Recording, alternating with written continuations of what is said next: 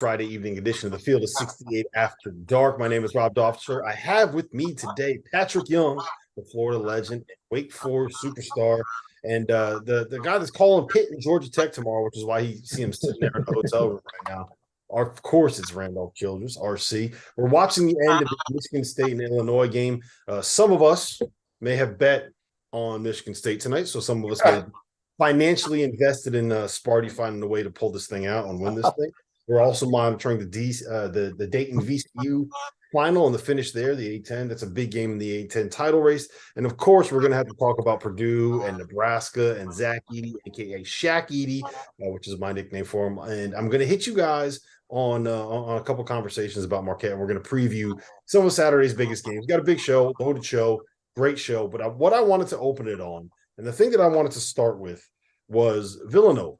Villanova went on the road tonight to Butler.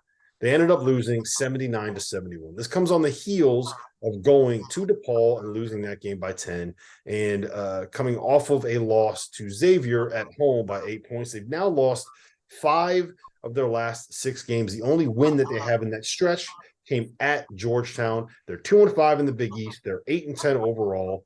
And for me, guys, I think you could have written that thing off.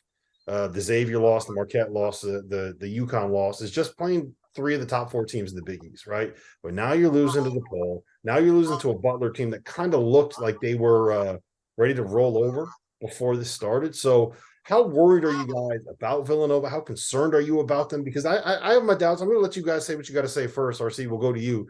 But I'm starting to get really worried about not just this team, but kind of this program long term. I won't say long term. I mean, you're obviously worried about this team from Villanova standards. I mean, you thought when Whitmore came back, it'll kind of play itself out. They get better. You know, you knew that was the reason. They had won a couple of games when he came back. They had a good winning streak when he came back. And then no one knew when Justin Moore. You knew the new year. Was it February? Was it, mid-January? When he was going to come back, if he was going to come back. But I could see this year be tough, but I can't do that yet. It's only 1 year for him. I can't concede. It's his first year. I'm not ready to go that far. I just can say this year will be tough for him. Without Justin Moore, I don't see them making much of a run. But I'll leave it at that. Going forward, it's a little early for me to jump off ship from Kyle. Well, I agree with you, RC. Of course, when it comes to long term, it's too hard to say.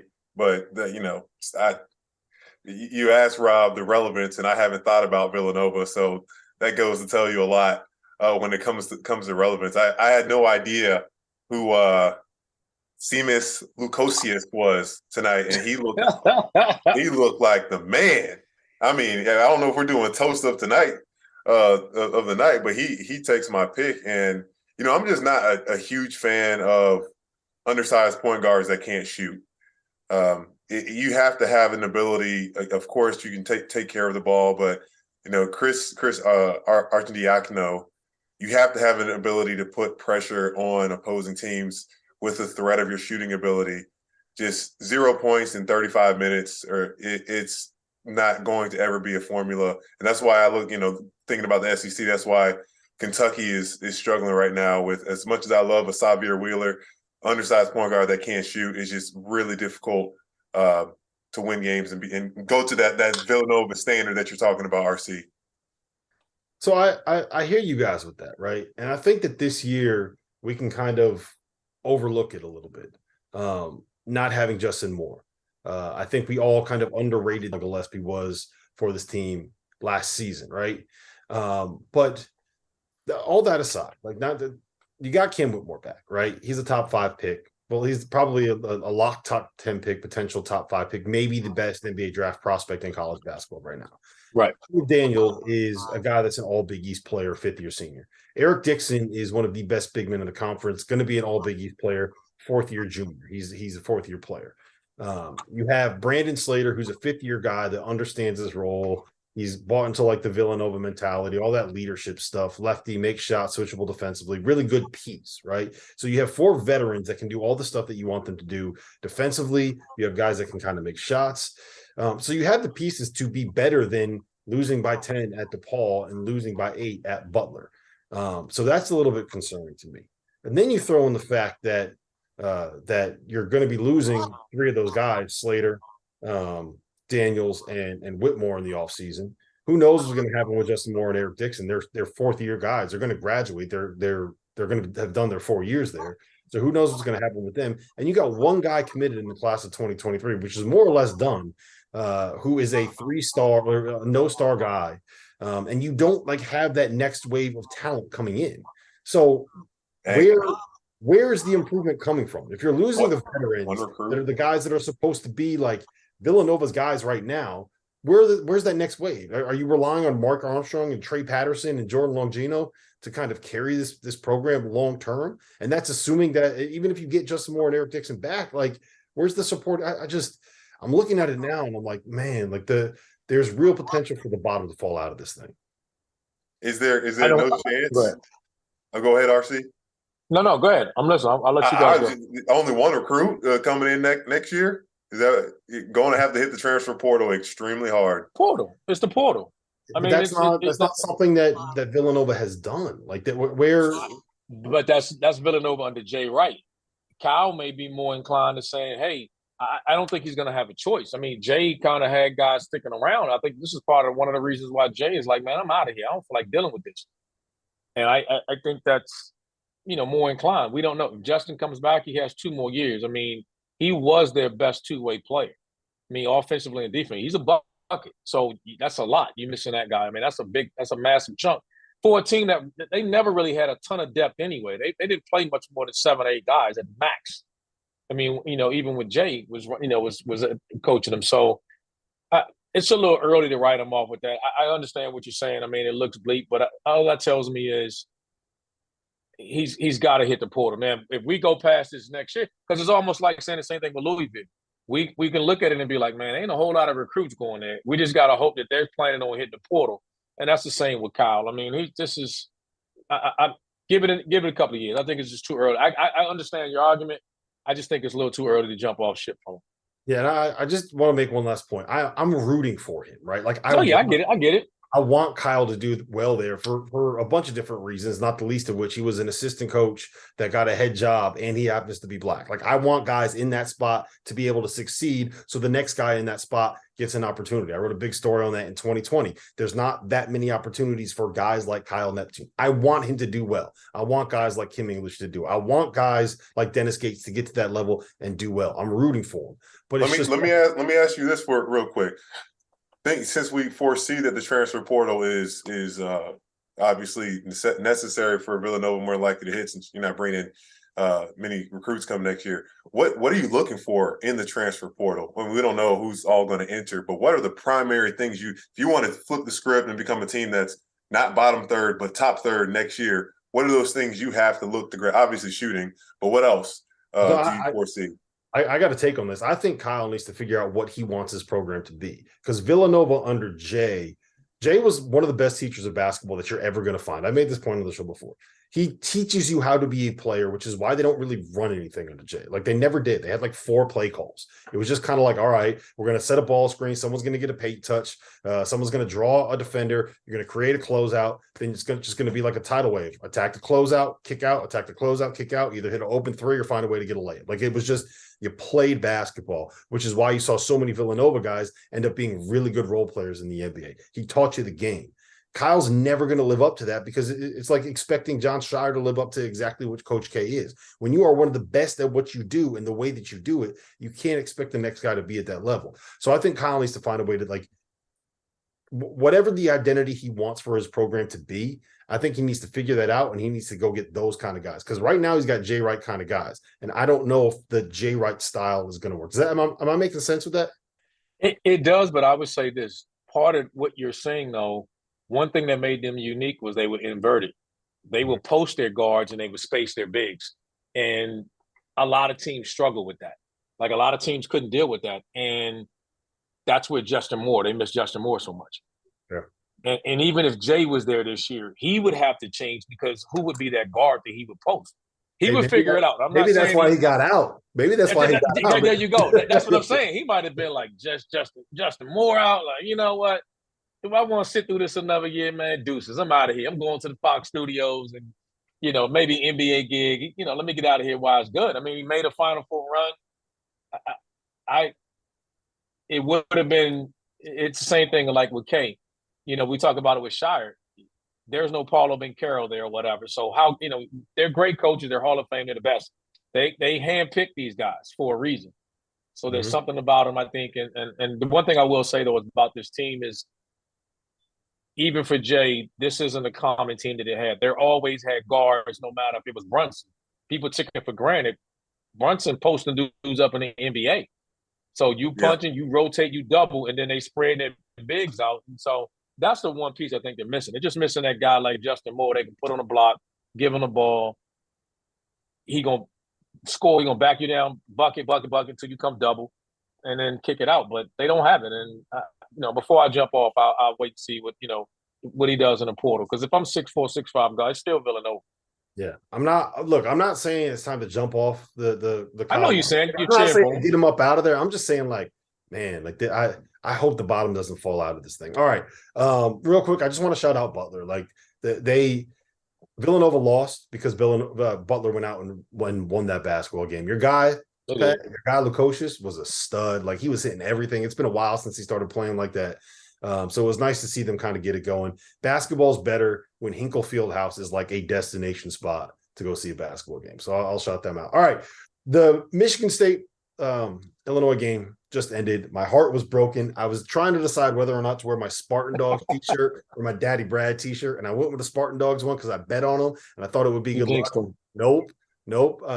Illinois went on a 26-12 run as soon as I put this shirt on. So you know what? That's my bad, Spartan fans. That's my bad, Michigan State. I messed that one up. I'm going to ask you guys a very simple question. Is Illinois back? No. That's a tough one, huh? No. They just beat the team in first place in the Big Ten. No. So that makes they're not back off that one win. I ain't giving them that. No, it is good. I did see a really cool stat there for Matt Mayer. First 8 games of the season, he was 5.5 points, 32% from the field, 24% from 3. Last 8 games, 14.5 points, 48% from 2, 42% from 3. And obviously he went on a huge run there in the second half of this game to really break things open. I think he was the X factor. He had 5 block shots today as well. Something I don't think I've ever known him for doing that. If he can get going, obviously that's the expectation of him being a veteran leadership guy. That's why he transferred. You would think that it's too early to say that he's back. They were at home. I need to see a good road win. That's always the test for me. I need to see a team that's trying to come back to their groove and find it. And you don't have to necessarily win on the road, but in my mind, but I need to see a competitive, tight-knit game where you just show up. If he goes on the road next game and has 2 points, I'm going to be like, oh, man, nah, that ain't it. So I won't say Illinois is back yet. But they look good for the most part. But you're playing against a Michigan State team that was 0 for 7. And I'm sure you didn't account for that, Rob, that Michigan State would be 0 for 7 in a 40-minute collegiate Division I basketball game in the Big Ten. Well, no, in the Big Ten, I would expect it because they don't understand modern basketball in the Big Ten. They're big into these low post guys. You know what, Patrick? You would have been a great Big Ten basketball player back in the day. You would have thrived in that. Oh man. No, in all seriousness, I do think that I don't want this to sound too harsh, so I'm going to try to kind of measure my words here. But I think that they are a better team without Sky Clark there. For a couple of reasons. One, I think you got a ball dominant point guard when without him, you can kind of let like Terrence Shannon be Terrence Shannon. And then all of a sudden Matthew Meyer becomes the second guy. And then you can run offense through Coleman Hawkins. But the bigger part to me is on the defensive end, RC. You get rid of a guy that was getting exposed. He's not there for his defense.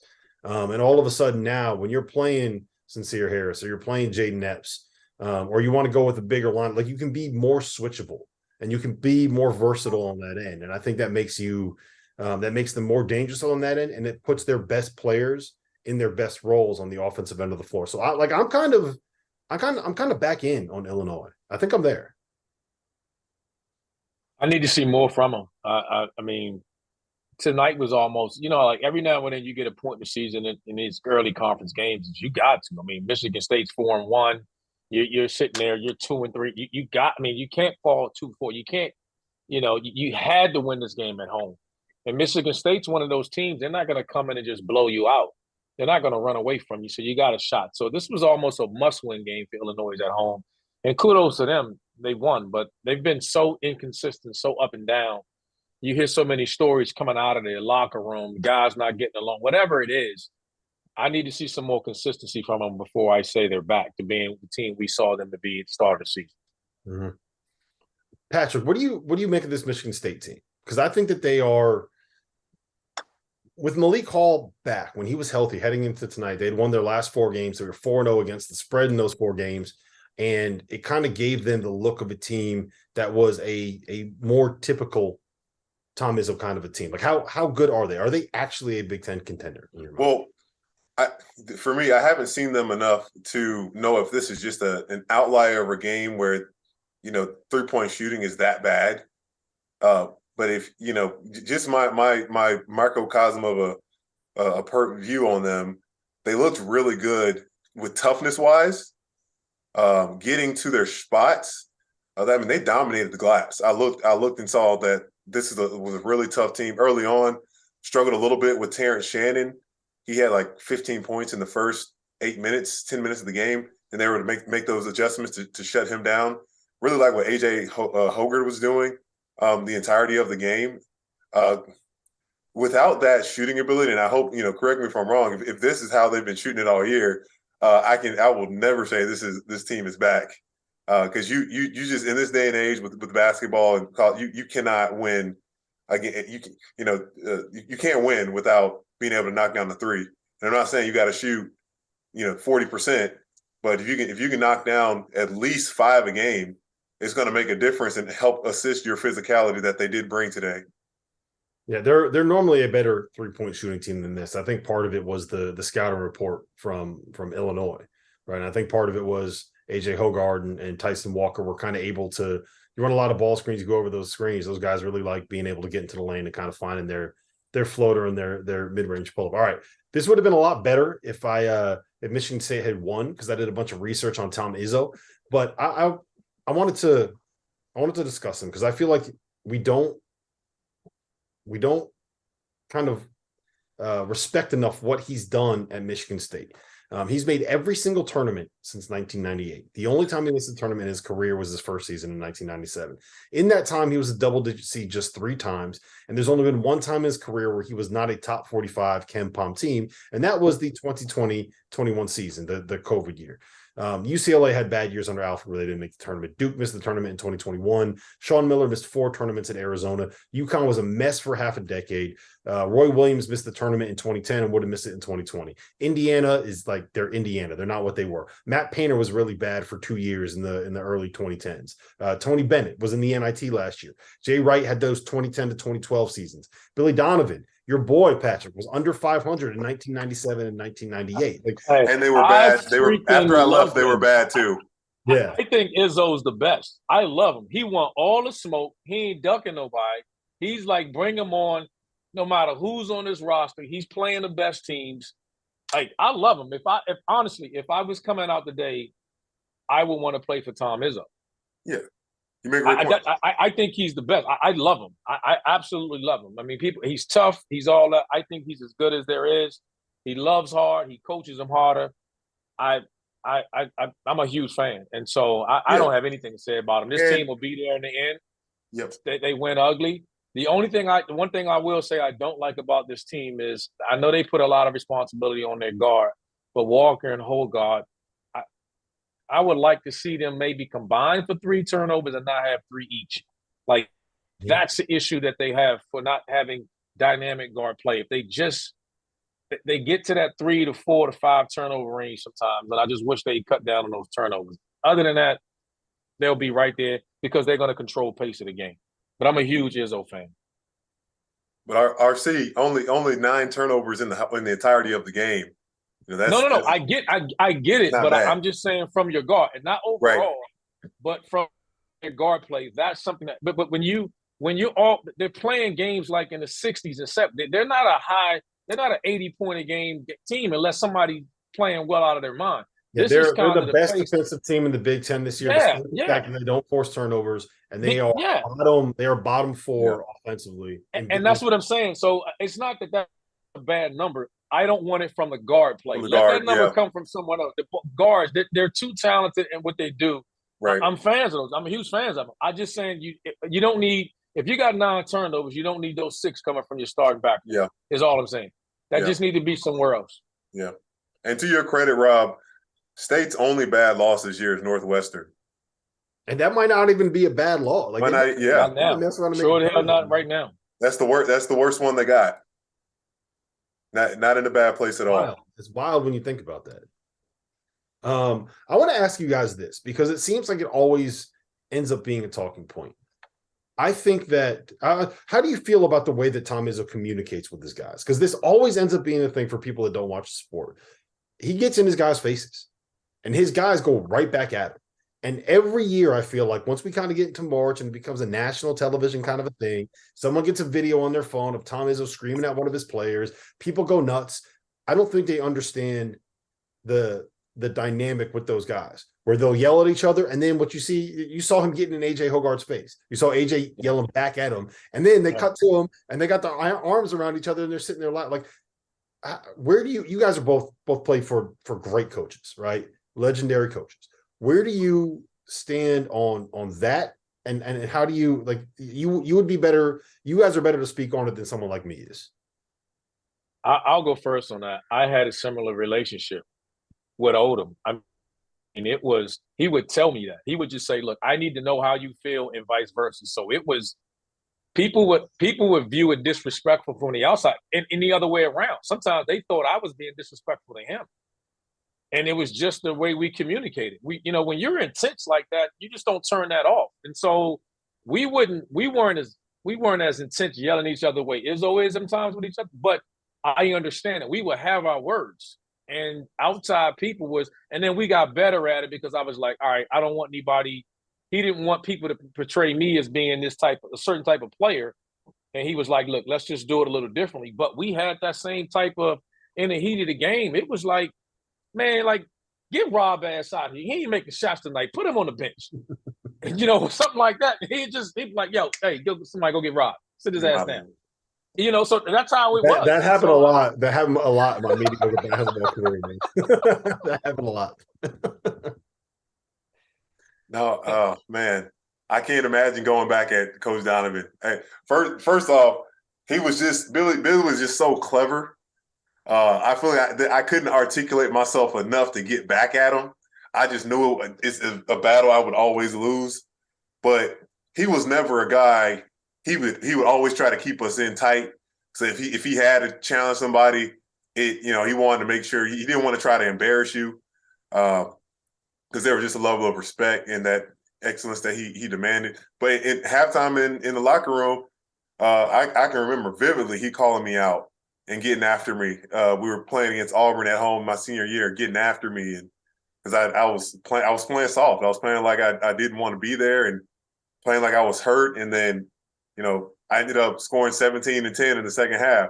So I responded and he said, hey, he's like, do I have to do this to you ever? I say, I don't know, but don't ever be, and he would never be, but never be afraid to challenge me, because you need people like that are going to push you to be uncomfortable, because that's how you grow as men. And we got to remember a lot of times, the fans that don't see that, these are boys growing into men, young men that need to be in that controlled environment through the game of basketball, where you can face and be challenged like that. I mean, life is going to hand you hard things, and you can't run from them. You got to go into them head on. Mm-hmm. One thing about Michigan State that always happens, it seems like people on the outside complain, but the players never complain. That tells you all. I would worry if players were complaining. You have never heard one player complaining. All the public blow up, and you've never heard one guy say anything leaving the system. So great point. I take it as he coaches them hard, but he loves them harder, and they respond to that, and they know that, and that's why they take it, and they give it back to him, and he welcomes it. So it's not like it's one way. You have to have that relationship with your players to be able to yell at them like that. And I think we see it with even Frank Martin. I think Bob. Rob, you know what? Let me ask this. You know why I say that too? Because it also speaks to you can. The only way that works as a coach is if I'm giving you a player to say, I might say, hey, you playing against Rob Dom tonight. He's a hell of a defender. I don't think you can get. I think he's going to try to limit you maybe to 9 points. You go off for 20, you might be like, Coach, you go to hell. I told you I'm gonna bust Rob ass. And then you be like, all right. So when you challenge them that way, they come back at you. You welcome them, be like, yeah, I told you, Coach, I'm gonna kick his ass. And they're like, all right. And like you know, and it's just the relationship he has, and that's why it's a special place. And that's why I said I could play for him. I know I could play for him. I would want to play for him. Yeah, I think it's a stark contrast too. We saw the blow-ups that Brad Underwood had on the sideline, right? And we heard all the rumblings about the issues that they had within that locker room and some of the problems that they had.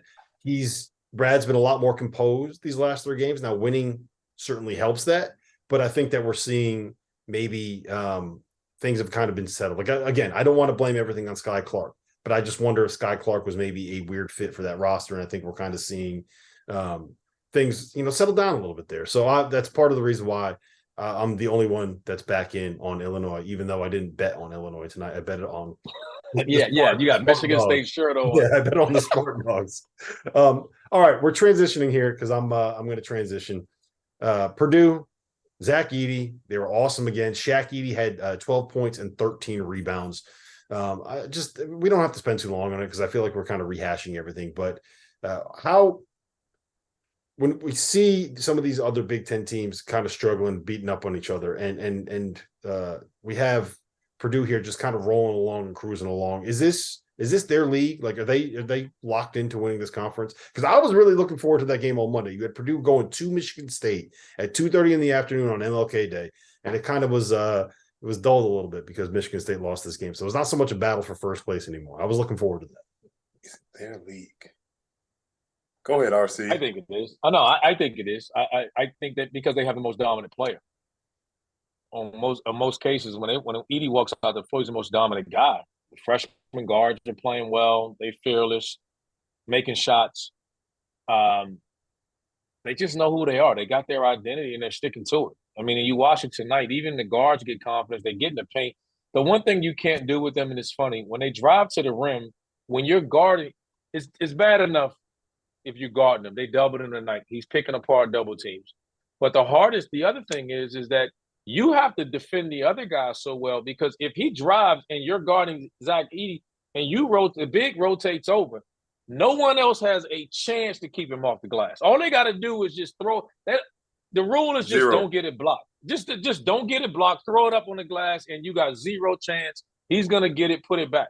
Like, it's just easy offense. No, you're dead on. I just remember as a freshman, Rob Lanier would always tell me, don't go to that. If you can't get that help side block, don't go, because you're going to give up the offensive rebound. And it's like sometimes you could go. Sometimes you're going to affect the shot, and you can trust that your guard is going to go and switch and block it. There's zero chance. None. My man is already above the rim. Like, I'm talking power forwards, small forwards, any guard. Most of the time, the dude is assigned to him is too small to block him out. But if he rotates over, man, forget about it. It's like you just foul. Yeah. Well, I don't think Fletcher Lawyer needs to go for 27 and have a game like this for me to say, yes, this is Purdue's league. But the fact that a player like him, a young guy, is finding his groove, man, Braden Smith looks good. But he's so shifty.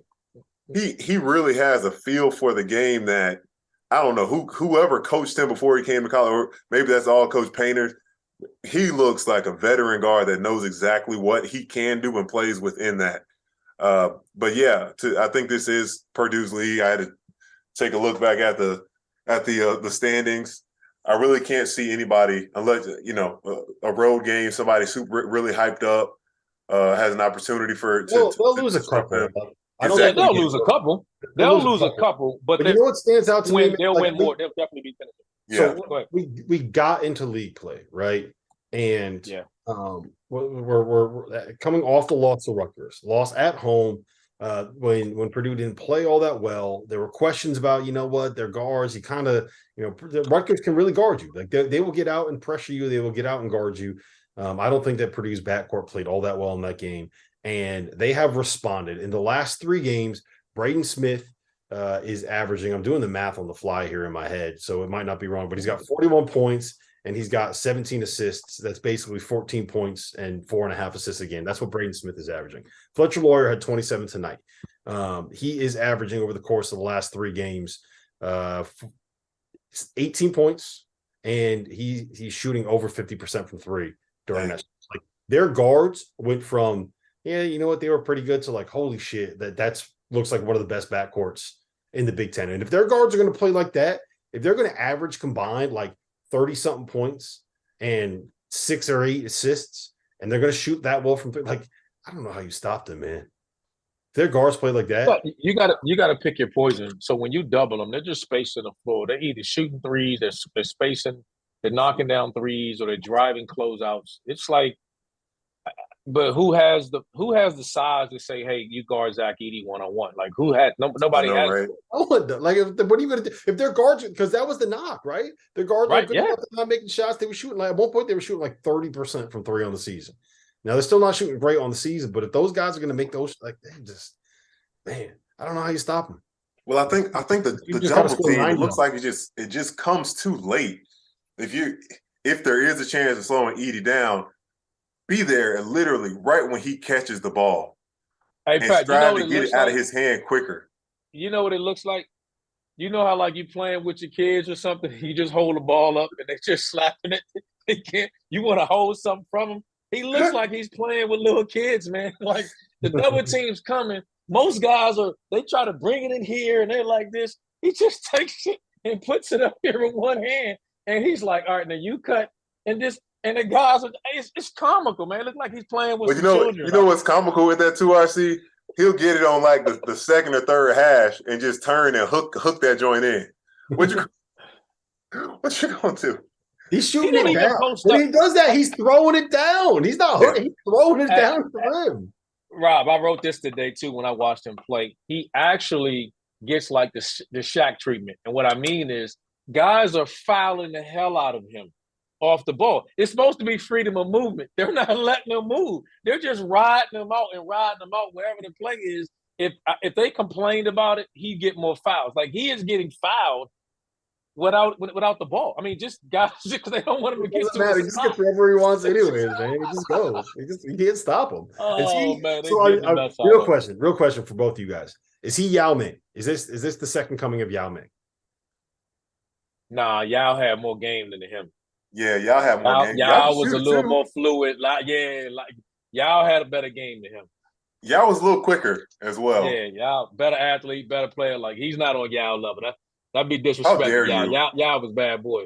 How dare you? They look the same to me because they both have one. They're huge, and they both just have like massive hips and massive legs. And you just, once they kind of get where they want to go, they just don't move. They just sit there. So they just. And they need to put a bigger 15 on the back of that jersey. It looked way too small. It looks way too small. You're not wrong, man.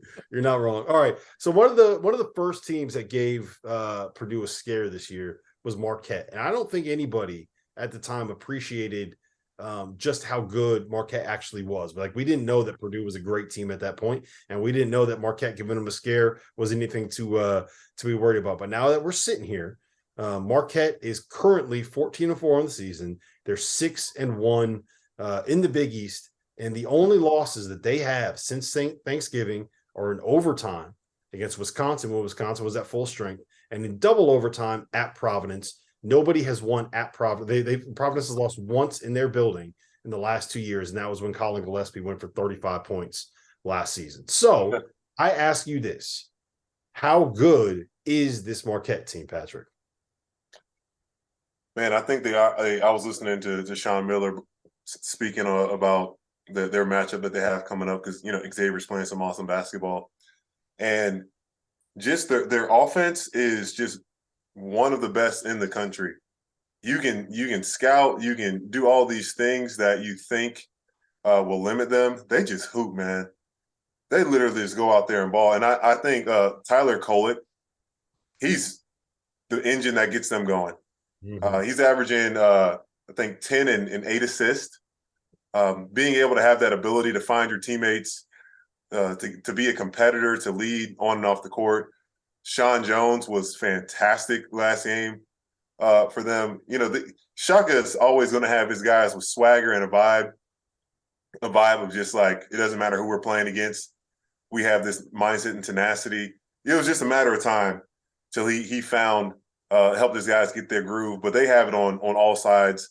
I can't say his last name. Oso Iguodaro. Iguodaro. He can yeah, man, he can go as well. He had 19 last game. So I think they have 4 guys that usually when I see them play, 4 guys that all can just put it on the floor and just get to the basket. They're actually number 1 in 2-point field goal percentage in the country right now as well. So needless to say, Marquette, if they continue that, they're going to be a tough out against anybody. To me, Shaka's superpower is he gets guys to believe that they're better than they are. Mm-hmm.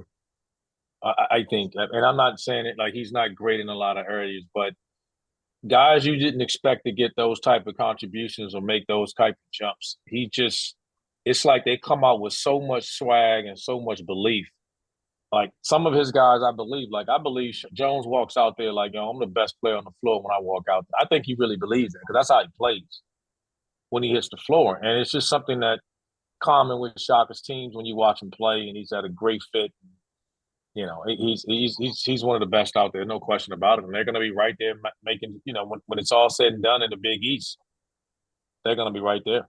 Yeah, you know what I love about him is that he made a concerted effort to go away from being a defensive oriented coach, right? Everybody remembers the Havoc Shaka, right? Havoc. Oh yeah. The team that forced all those turnovers. They remember the team that did all that pressing, that branded everything Havoc. What they don't remember is that the team that made it to the Final Four had Joey Rodriguez, who's about 5'6", starting at the point guard spot. Like they were doing 4-round-1. They were ball screening. They were doing pick and pops with Jamie Skeen. Like they were a team that shot a bunch of threes and spaced the floor exactly like what Shaka's doing right now. So he went out and he hired this guy named Nevada Smith, who was a G League coach, who is this kind of like a former D3 guy, innovative basketball mind, loves the idea of just spacing the floor, 5 out, shooting as many threes as possible. So we brought him in, let him kind of run the offense. And I think what we're seeing is the results of that. And to your point, RC, that dude, like he builds culture. Like that's such an overused term in basketball, right? But he builds culture. And the thing that's so scary about this Marquette program right now, that's terrifying, that should have every single Big East program shit in their pants just a little bit, right? Is this entire group can stay together for 3 more years if they wanted to. Because of COVID years, because of how young they are, because of red shirts. Like every one of these guys can come back for 3 more years. Imagine this group in the 2024-25 season. I don't know if they'll stay together. Someone's going to end up going pro. I think Omax and Iguodaro are both probably guys that have NBA in their future, but they're a problem right now. Wow. They will be. It was a lot quicker than I thought it was going to be. Mm-hmm. Are they? So how do you rank the Big East? Both of you guys. Like, where do you? Is Providence the best team? Is it Xavier? Both of those teams are undefeated. Is it Marquette, whose only loss is in double overtime on the road? Does UConn still have a chance to win it? UConn's still in it. I think talent-wise, they're still there. You can't count them out. You know, I think they got, you know, when they shot up to number 2 in the country and they started being everybody's home, you know, everybody started marking them on the calendar, you know, going at. They'll be there at the end. I still think it's Providence until somebody takes it away. Bynum's got to get back. You know, Bynum missed the St. John's game against the Johnnies. He has to get back and be healthy. And then I like Providence. I'm still gonna say it's Providence, the Big East champ, until somebody knocks them out. But they're gonna be right there. They got a big one coming up against Creighton. And again, if Bynum's out, that's gonna be tough. But I wouldn't shock me either way how that goes with Colburn is back. But I'm going with the Friars. I'm just like, it's tough. I'm scratching my head trying to figure out, and I'm like, Xavier. I really like what Sean Miller's done, and Sully Boom and Colby Jones. I think they have the opportunity to do something. I don't know where they were projected to finish in the Big East, but they're 6-0 right now. They were actually explosive offense. They can score. They can defend. I haven't seen enough of Providence yet and I can't believe UConn lost so early on. But I'm looking at this Xavier team. Interested to see what's going to happen Saturday when we get into that slate because they got Marquette. That game they come away with that win. I'd be willing to bet everything that I have that they'll come away with the lead. Who, Xavier? Yeah. So here's my take on it: is that there have been 4 games. There's 4 top teams in the league.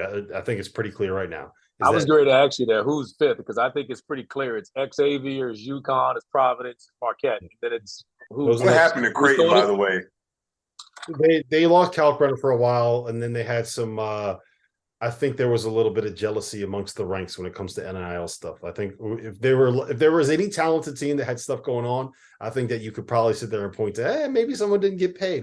Maybe people are a little bit upset that NIL stuff didn't work out the way that they expected. But here's my take on the top of the Big East. There have been 4 games between those top 4 teams. UConn's played the other 3 already, and they played all 3 of them on the road. That's why UConn has those 3 losses. The only other game between them was Marquette losing at Providence. I think that this league is going to end up, whoever wins it is going to go 15-5. And I think there's probably going to be 3, maybe 4 teams that kind of get to that number, maybe even 14-6. I think it's just too balanced at the top. I don't think that it's something that you can call. I think UConn still has a chance. They got to protect their home court. They dug themselves a hole. I think it's something that they can do. So I do think that right now, I kind of tend to lean towards your take, RC, in that it's Providence's until they don't win it. But you can make a very strong argument for any of those 4 teams to be the best team in the league. Yeah. Honestly, like when it comes to March, I'm the most worried about UConn because, we talked about this with Laval last week. They don't have a guy that can go get you one. They don't have a guy at the end. Like when they're done running stuff, like and they will get a shot out of their offense, they don't have a guy that can go get you a bucket. And I think it needs to be Andre Jackson if he could end up being that guy. I'll tell you this, though. The last 2 things, then we can move on to something else so I can get off my Big East pedestal. One, if the basketball gods are listening, right, if you're listening, there's only one thing that I ask, and it's that we get a semifinals in Madison Square Garden in the Big East tournament of those 4 teams in that building. It will be electric. I don't know if there will be a conference tournament better than that, like those last. Yeah. That's the one thing I want. And 2, I'm going to shout out. Providence fans don't like me, but I like Providence fans because there's a guy. I'm not going to say his name. I'll call him Alex. He sent me these Friartown IPAs, and look, I'm not going to lie to you guys. This thing is good. It might be like a top 3 IPA I've ever had in my life. Hey, we got to call Ed Cooley, man. Him and Jeff Battle, them guys. They got to send us something, man. They need to send us a case of something. Yeah, I sent him some T-shirts. I sent him the least he could do was send us some beers. Maybe at the Final Four when they get there, right? We got to talk to him. All right. I want to ask you guys one more thing before we kind of get into some picks for the weekend. And to me, there's a lot of interesting topics to talk about in the Big 12. I don't think we've talked enough about Baylor, their start, and what it kind of means for this group, right? They've had a bunch of tough losses at the open of Big 12 play.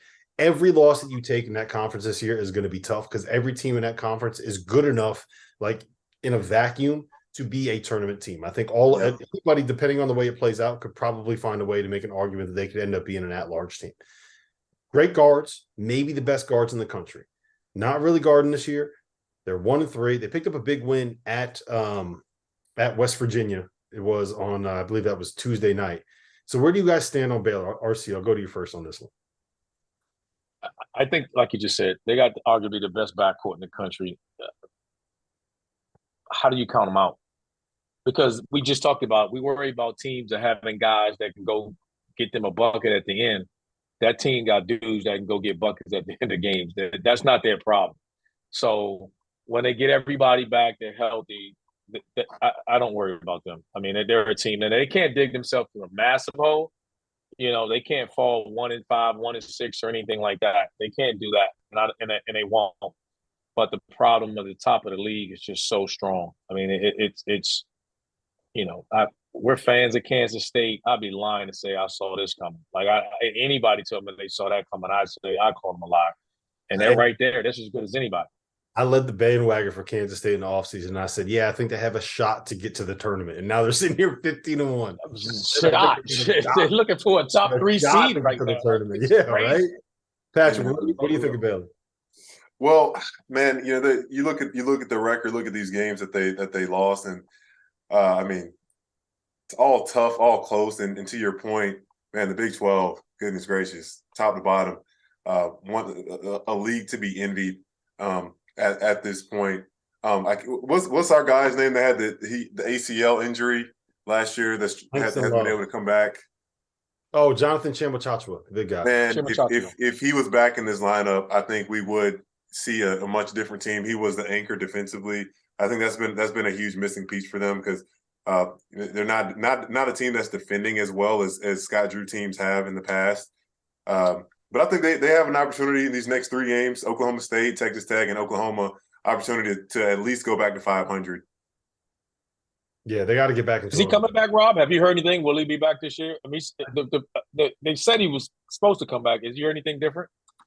What I keep hearing is that he's trying, right? Like he wants to come back. But what I also happen to know is like that it was about as bad of a knee injury as you could have. Yeah, it's gonna be tough. So he's like that Justin Moore situation where it's just gonna be tough to get back. Having a late ACL tear, man, that's And it wasn't just an ACL. Like it's never just the ACL. It's always cartilage. It's always other stuff. Like it's never just an ACL. It was like a bomb went off in his knee, which is so sad. Like, because the worst part about it is that dude was like everything you wanted out of a basketball player, right? He had an amazing story from where he came from and how he got there. He was just like this infectious personality, this huge smile. He reminds me a little bit of you, Patrick. Just like a guy that kind of brightens up a room, that has a great lights up a room. And it just he was. Sports are unfair sometimes. There's not much to do about it. All right, last thing I'm going to ask you guys about the Big 12, and then we'll move on to our picks. Kansas State. Well, who's the biggest surprise? Is it Iowa State sitting here at 4-0 in the league, or is it Kansas State sitting here at 4-0 in the league? Like those, honestly, like those are Iowa State, Kansas State. A lot of people would have said that's 9-10 in the Big 12 heading into the season, right? A lot of people would have said that. They're sitting here and they look like the biggest contenders to Kansas. Who's more surprising to you, Patrick, out of those? Well, Kansas State, obviously, because they were projected to be last or somewhere on the bottom third or bottom fourth of the league. And no, they were picked 10th in the preseason poll. They were picked 10th. 10th? Yeah. Keontae Johnson's story is the best story in sports. I was on the show with Coach Tang a few weeks ago, and man, he is just humble, awesome coach, loves his guys, really has gotten them to score, to understand each other. Keontae I was watching who Kansas State played last, Oklahoma State, and Marquise Noel, he was losing the ball, just trying to figure something out in like the last 3 seconds of the shot clock and just threw it up to the rim to Keontae. And I'm like, are you kidding me? What the heck was that? We're doing that. Keontae was like looking down at the rim. So for me, of course, Pat, in your prime. Yeah. You catching that? Yeah. What? I'm putting my elbow in the rim. What do you mean, Rob? There you go. Biggest surprise. Remember when I just said that it was so nice? Jonathan Chamachach was just humble like Patrick Young. Yeah. Well, Rob, when you're retired, you got to talk yourself up. You got to. Trust me, I know, man. Because the best part about it for me is no one's got film on me. Like everyone can go back and see all your film. I can say whatever I want. You guys will never know. Hey, I thought that was you in the group chat that Goodman has said. I thought that was you on the group chat with the headband on. But it was Pat Kelsey. Oh man, that's cold-blooded. All right, we gotta get into some picks for this weekend. Gonna be a great weekend of hoops. We got 7 games that we're gonna break down. All right, we're gonna start with the I don't know if we want to call this the most interesting one. I don't know if we want to call this like the potentially ugliest one. Kentucky at Tennessee. Kentucky playing the way that they're playing with all the drama going around that program, going to Tennessee, who's been beating teams by 40 recently. The line is Tennessee minus 12, according to our friends over at Bet Rivers. RC, I'm going to you first on this one. I like Kentucky in the 12. I like Kentucky in the 12 on this. What was in that bottle you were just Why? Because I don't think I don't know what's wrong, and I've said this. I didn't expect them to live up to the expectations that everyone did of them from last year, but they're not as bad as they're playing right now either. And I think I'm not saying they're gonna win, but 12 points, Kentucky. I can't remember the last time. Y'all can't tell me the last time you knew Kentucky was given 12. I mean 12 points. Like dog, nah.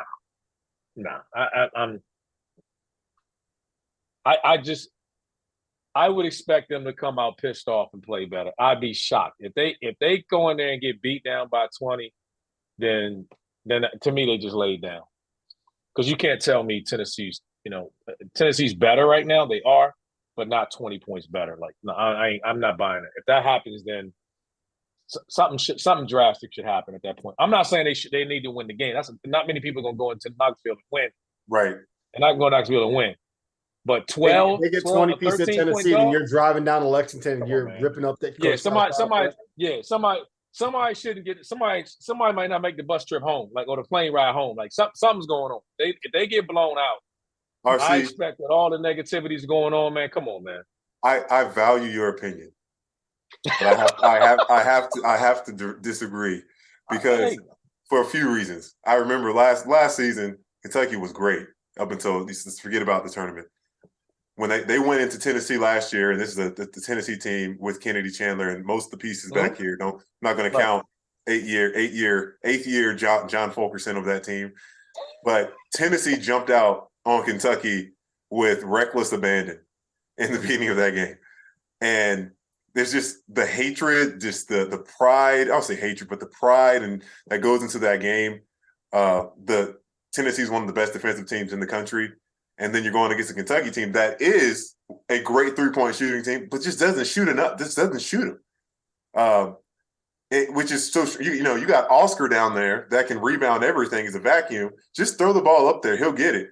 But I think Tennessee, the only thing with Tennessee is that they do hit those scoring droughts, because they don't have that one guy that just goes to get you a bucket. But overall team, they do all the other little things right. With their sets, with their fast breaks, with their defense, with their bench. I'm certain Tennessee will come away with this one with more than 12. So I tend to agree. I tend to agree with Patrick, and the biggest reason why is that I think what Kentucky does best right now, Tennessee does better. That's defend and rebound. I think that's probably what Kentucky does best, and I think Tennessee is the best at it in the country. But I think that bettors are kind of going the other direction, because this line, when we put together this rundown, which was literally like an hour and a half ago, this line was 12 and it's already down to 11 and a half. Wow. So, see, that's just something to they agree with. I would have placed my bet already. I would have locked it in at 12. That was my bet tonight. I don't see it. 12, I don't see it. I don't see it. Let's move on to Wisconsin. Wisconsin at Indiana. Indiana's laying 4. Patrick, I'm going to you first on this one. Indiana -4 at home against Wisconsin. I should have checked this beforehand. I don't think Tyler Wall is playing. Tyler Wall is not playing? Indiana. No reason why. Just because they're home. I got a question. Is Xavier Johnson playing? No, I don't think he'll be back until. And I don't think he's playing. So I don't. Yeah, Xavier's out until March. Brace Thompson's out until mid-February. Oh, he's out till mid-February? Oh yeah, never mind. Wisconsin.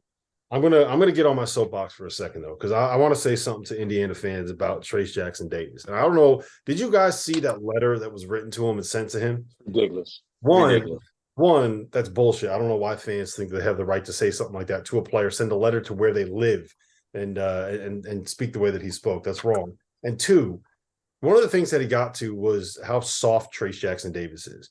And I've had multiple coaches and multiple people tell me, like, Trace Jackson Davis is an absolute warrior for what he's playing through. I'm going to bring up a text that I got from a guy in the conference that's playing against Indiana, that coached against them. And this is what he said. No bullshit. You guys need to point out that Trace is a fucking warrior, all caps right now. Maybe 5% of college basketballs would be playing with what he's going through right now. His back is totally fucked. He can barely move, and he's basically playing like he's duct taped together. This dude right now, the only reason he's out there is because he wants to give Indiana fans and give this university a chance to maybe make the NCAA tournament. They don't have Xavier Johnson. You don't have a point guard. You don't have Race Thompson. I think we've learned how important Race Thompson is, right?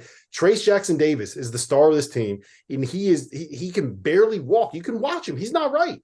He's out there giving everything he's got for you, and you guys are sending letters to him that says that he's soft. Like, it just, come on, man. He's giving everything he's got. Because if he goes and sits out for 2 weeks and he gets right, Indiana's season is over.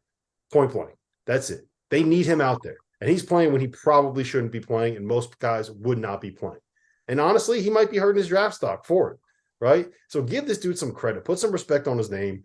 All that said, give me Wisconsin +4 on the road. Like, I don't care. Like, Indiana's terrible. What are we doing here? Like, the bottom's falling out of that team. But at the same time, like, this dude, like respect to him, man. He's playing through a lot of pain. You guys got to give respect. All right. Up next, Kansas State at TCU. Kansas State is getting 4.5 on the road against TCU. All right. Let's go, Patrick. We just talked up Kansas State. They're an underdog here. You like them? Man, that's tough. On the road. I think I'm sticking with Kansas State. I think they keep it close. I don't know. I'm torn. It's just on the road, man. I'm gonna go to TCU. They need this. They've lost two in a row. I'm going with TCU by 5. They're gonna go over for sure. My heart and everything wants Kansas State to win. Same. TCU has to win. They have to win this game. But Kansas State already, I mean, they're road warriors, man. They went to Texas already. I mean, they've gone into Baylor already. It's hard for me to go against them right now, but if they go into TCU and win, I might be ready to give them the Big 12. I mean, at that point, I mean, I just think there's a level of that. TCU just doesn't shoot the three well enough. And we know how well Kansas State's good. I'm not going to bet against Kansas State. This will be one where it's a pick'em game. I just feel TCU's desperation. They got to get this done, but my heart and everything going to it. I'm just a big fan of Kansas State. Yeah, so KenPom has a line at TCU -2. Kansas State +4.5. And literally, as I'm looking at the app, it just moved to Kansas State +5. I think I want to be on the side of Kansas State, but my favorite play here is the over. The total is 147.5. Yes. Both teams want to get up and down the floor. Kansas State put up 116. Yes. Right? Yes. They put up 97. I know it was overtime, but they put up 97 against Baylor. They want to run. TCU this year is getting up and down the floor a lot more than they have in the past. I think that this game gets into the 80s. So I will take the over. Yeah, take definitely over. The weirdest line of the day is the one that's coming up next. Providence is getting 7 points. Providence +7 at Creighton. 6-0 in the Big East. Providence is at Creighton, and they are getting 7 points. Patrick, you were shaking your head. Oh, no, I agree. I do. So you like Providence? I like Providence. Is Kalkbrenner back? Yes, he is. Kalkbrenner's been back for a week, but they lost a couple of games. They lost at Xavier with him. They lost in Nebraska. They did. Like, what? Okay. Yeah, I'm sticking with it. They played Xavier well though.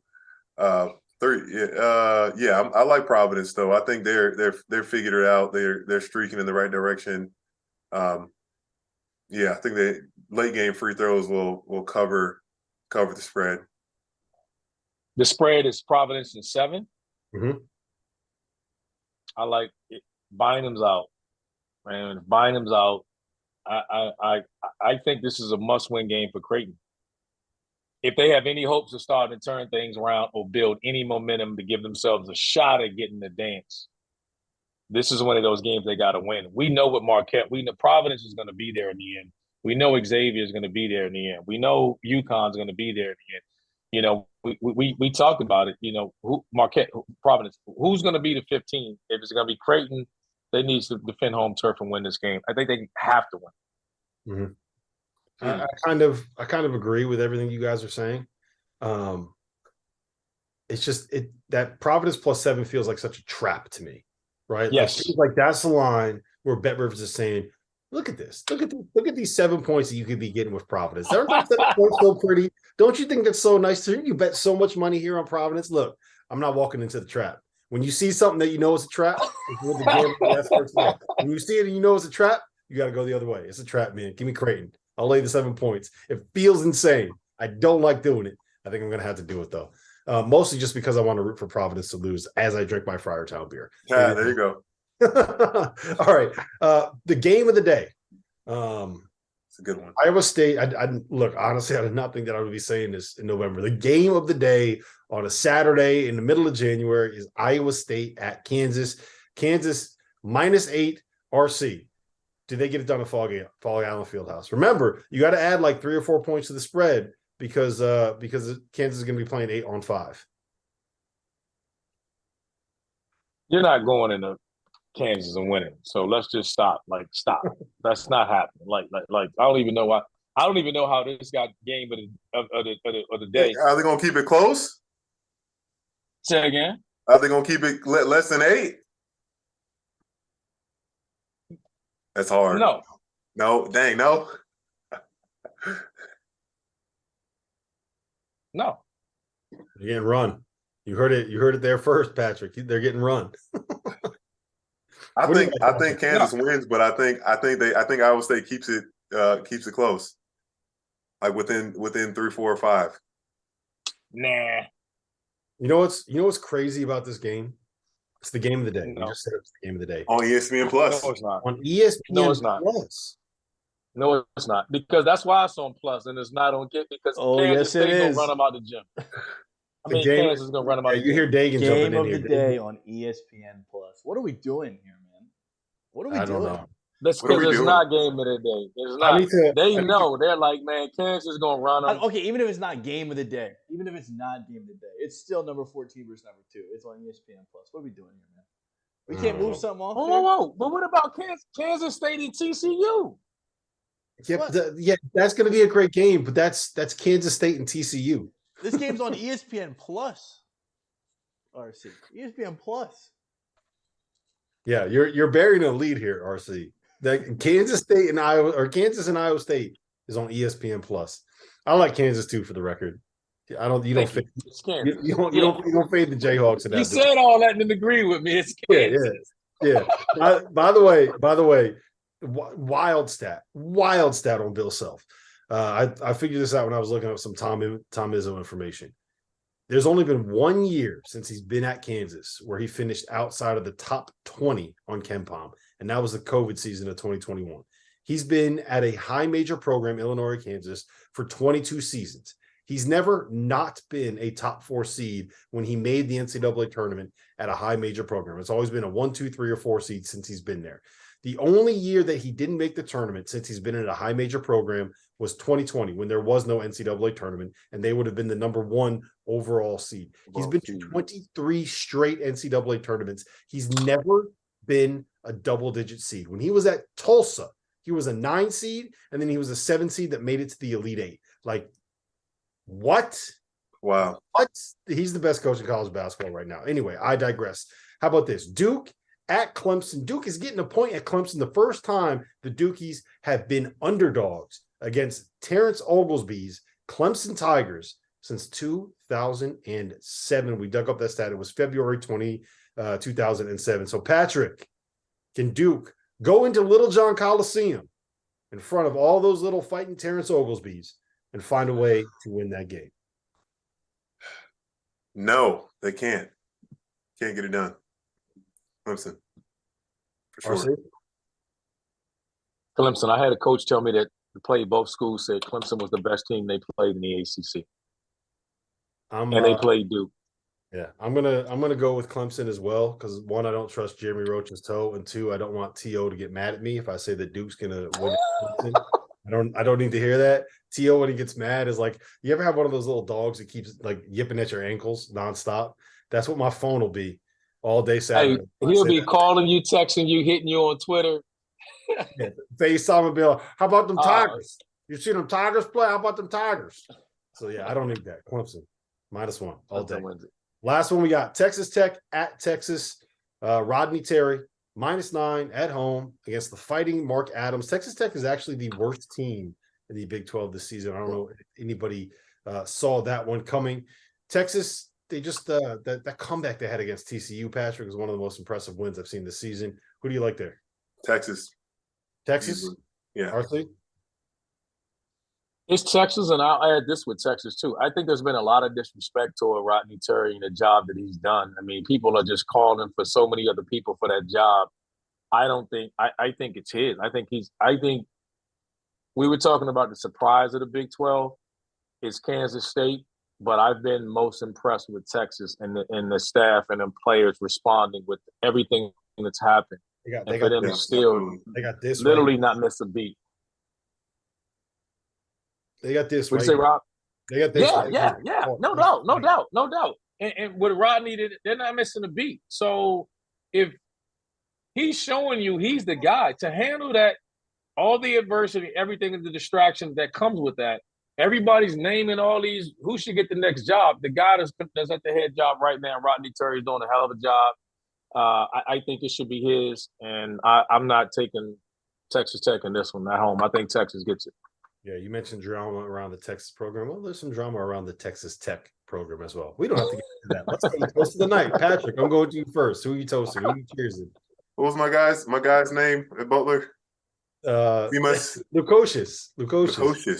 Yeah, Lukosius had a career night, 27 points. He was efficient too. He was 5 of 8 from 62% from three, 8 of 13 for the game, something like that. So for him to knock off Villanova in that manner, and he's Lithuanian as well. I got a lot of Lithuanian friends. So Lukosius. You and LaMelo Ball, huh? Labas. I'll cheers to that. What you got, RC? VCU on the road, baby. Got it done. Oh, that was crazy. On the road, got it done. 63-62. That's a heartbreaking loss. That's a big win there. They were down 16. That's a big freaking win right there, man. On the road, VCU. Cheers to you, baby. Cheers to VCU. That's what I was going to go with. Cheers. Mike Rhodes going on the road, down by 16 in the second half, down by 4. Come on, man. It was 18 seconds left. They forced monster turnovers down the stretch, found a way to get it done. So to the Rams, yeah, you gotta love them. You gotta love them. And the last thing I'll say about the Rams, the Peppers are back, baby. If you know about the A10, you know about VCU. The Peppers are back. RC, you know, you're from that area. You're from the DMV. You know about the Peppers. Peppers is VCU's band, who are absolutely electric. They got their conductor back. There was a lot of drama. We don't need to get into it. Anyway, listen, this has been the Field of 68 after dark. Good day. One day of games. It would have been nice if Michigan State would have pulled it out, so I could have done something with a Spartan Dogs t-shirt. You can go pick up one of these at field68.shop if you want to. And one last plug, the Field of 68 Daily is our newsletter. You can find the link in the description below. Make sure you sign up. It's the best way to keep up with college basketball. Every weekday morning, 8:30 a.m., you get about 1,500 words directly to your email inbox. It's the best thing to do when you wake up and you're drinking your coffee or you're eating your breakfast or you're taking your morning dump. So for Patric Young, for Randolph Childress, for our producer, Dagan Hughes, my name is Rob Dauster. We'll see you guys again.